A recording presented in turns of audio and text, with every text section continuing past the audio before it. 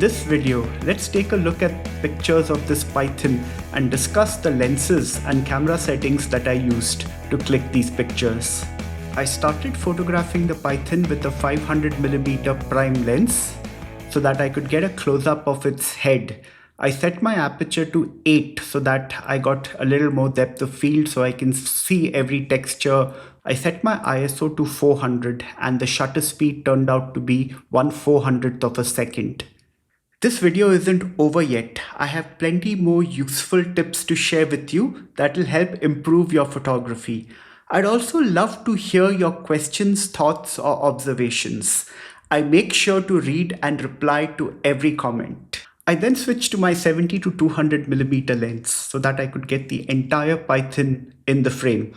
I set my aperture to 7.1 so I had enough depth of field for the snake, and at the same time I could have the background go out of focus because the background is at a fair distance away from the snake, so that way it blurs out completely. The shutter speed turned out to be 1/500th of a second. I discuss depth of field in more detail in my book, Wildlife Photography Explained. You can find its link in the description. The python looked so relaxed that I was beginning to question my own life choices. The snake can teach us a thing or two about lounging in style.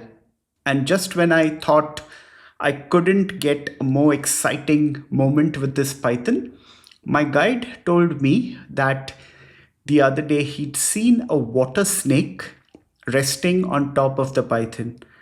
I didn't believe him at first, but then a couple of days later when we went, indeed there was a water snake resting right beside the python. The python it's so large compared to that water snake, but they seem to be basking in the sun, chilling over there together.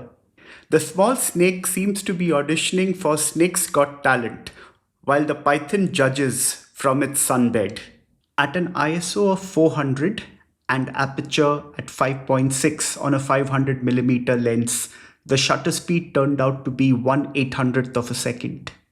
I always set my autofocus area to single point and maneuver that one point to the eye of the creature. If we leave it up to the camera to decide where the focus should be, very often it may not nail focus on the eye of your subject. Instead, it may focus on its body or some other element in the frame, and as a result, your subject will appear out of focus because its eyes are not in focus. If you don't know how to set your autofocus area to single point, then please leave a comment and I'll be happy to assist you. You can also learn wildlife photography from me directly through video calls. This way, you'll get the individual attention that you need to tackle your specific challenges.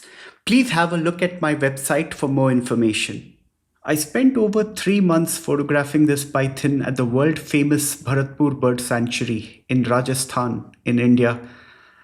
During the months of November and December, it was pretty cold, so the python would come out of the water and spend its day on this little island all curled up, and very often I wouldn't be able to see its head or even its eyes because it would just be curled up. It would still be sitting over there by the time I had to leave because the sanctuary closes at 6 o'clock and it gets dark rather early during the winter. But then as time went by and the temperature warmed up and the sun began to show up more often, all of a sudden one day I saw this python all stretched out on this bare branch and I couldn't believe my luck.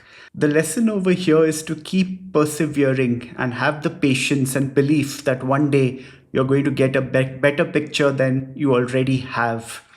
Now you have a better understanding about wildlife photography, which will help you to click more impressive pictures. Keep building on your knowledge by watching this next video where I show you how I took pictures of this curious jackal.